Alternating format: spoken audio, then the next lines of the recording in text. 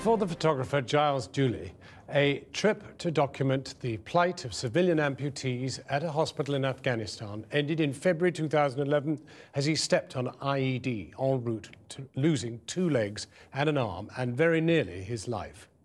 Well, Giles is here now, and welcome, and I'll be talking to you in a moment. But first, let's just see how you've coped with your return to Afghanistan to complete your original journey that was so shatteringly cut short. A journey that may have been as cathartic as it is poignant. Giles was embedded with a US Army foot patrol when he stepped on a mine.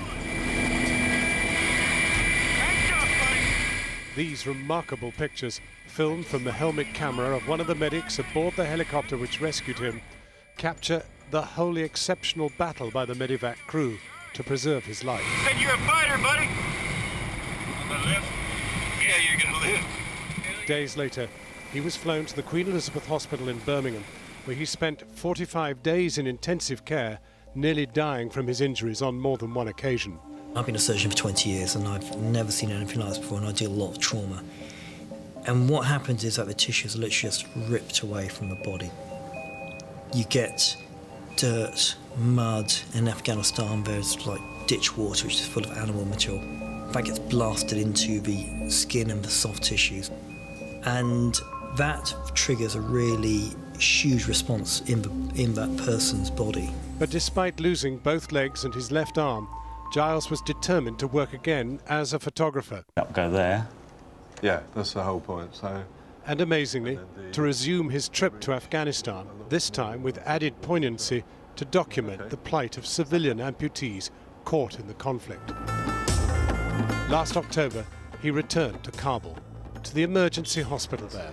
They come in the cars and the taxis, and sometimes in very, very bad condition. The clinic is run by an Italian charity and deals with up to 30 injured civilians every day.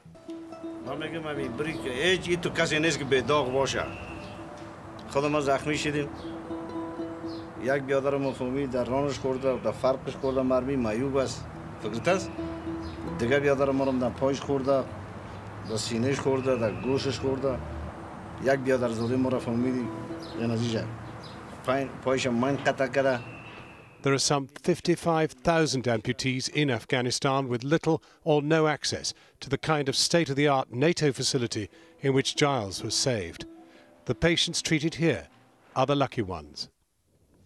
The quite extraordinary documentary from which those images are drawn is going to be shown at 10 o'clock tonight on Channel 4. It's called Walking Wounded, Return to the Front Line. And I must admit, Giles, in watching it, 3 of us, all hardened operatives here, cried, I think, almost from the beginning to the end.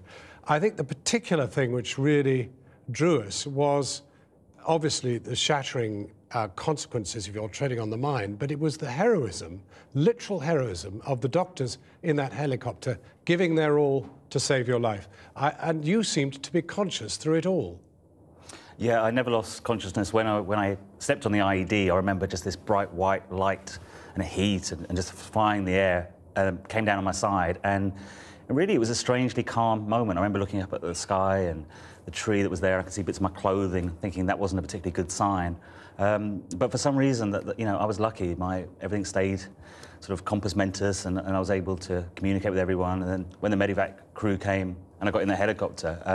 But even when you were on your back in the helicopter, naked, they were driving pumps into your chest to try and keep your flow going. Yeah, I mean... And you were aware of it, and the pain. Yeah, I mean, actually what happened is that the device they had to put in to try and get liquids in, it took 3 attempts. And I remember when they were about to do it the 3rd time, I did actually say, really? You had to do it again. And it was incredibly painful. And you did nearly give up? Yeah, I don't think I ever, you know, on that medevac helicopter, I remember just thinking there wasn't much I could do apart from stay as calm as I could. And I just remember focusing on my breathing and just trying to stay calm. But there was no question of giving up. I mean, I knew I wasn't ready to die that day. And now, these 2 years on, the thing which I find completely mesmerising, it's very clear in the film too, is your mobility. And the other thing is that when they film, when you're speaking to camera, you're framed. Maybe the camera can frame you, cut off just below the shoulders, and you forget that you're anything other than a whole human being. And maybe your friends have that problem too when they think about who you actually are. No, absolutely. I mean, I remember when I was in hospital, a lot of people coming to see me for the first time. It was really hard for them because you don't know what to expect. I think people were worried about their reaction when they saw me. And I think universally, people would come to the hospital and you could see the kind of nervousness on their face, and then they would sit down next to me, and then we'd start chatting, I'd make a couple of jokes, and then within minutes they'd be like, oh, you're just exactly the same person. And I think that's the point, is that I am the same person, and one of the hardest things to deal with is people's perception of you changes, but I haven't changed. But that same person wanted to go and complete the trip, and your trip was actually to look at the suffering of the Afghan people, specifically the medical situation. And here you are, in fact, taking, well, these are pictures that you've taken. And one of the things it illustrates is that you can still take pictures beautifully. It was really important for me, I mean, to go back to work and continue what I was doing, but I equally didn't want it to be a vanity project. I didn't want to just go back just to prove I could take pictures. I wanted to do stuff exactly the same standard as I did before. And that really was a big challenge, but hopefully I've done the justice to the pictures. And I'm interested because the prosthetic engineer was trying to fit something on your stump that would enable you to take better pictures. But I noticed actually, when you are taking pictures, you haven't even got your artificial arm on anyway. Yeah, I mean, we tried a load of different things in the end, and I don't know, I just found it was easiest just to have the camera in my hand. I sometimes support it. Just while you're talking, I want to go back to the boy with the prosthetic leg.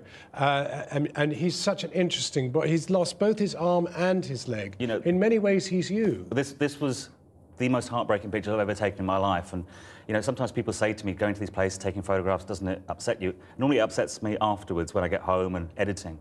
But this, I was in tears taking this picture because Atola, this boy, was 7 years old when he walked on a landmine on his way to school, lost his arm and his leg.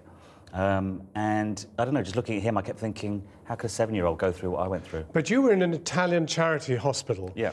And this is literally the only facility of quality that Afghan civilians have access to. Yeah, I mean, it's one of the really shocking facts that in over 10 years of so-called nation building and ISAF being in Afghanistan, not one functioning hospital has been built. That to me is just, you know, That's horrendous. the power of this movie tonight. I started watching it thinking, well, this is a voyage of discovery, self-discovery by Giles. But it isn't. It's that. And you are the joy because you're a whole human being.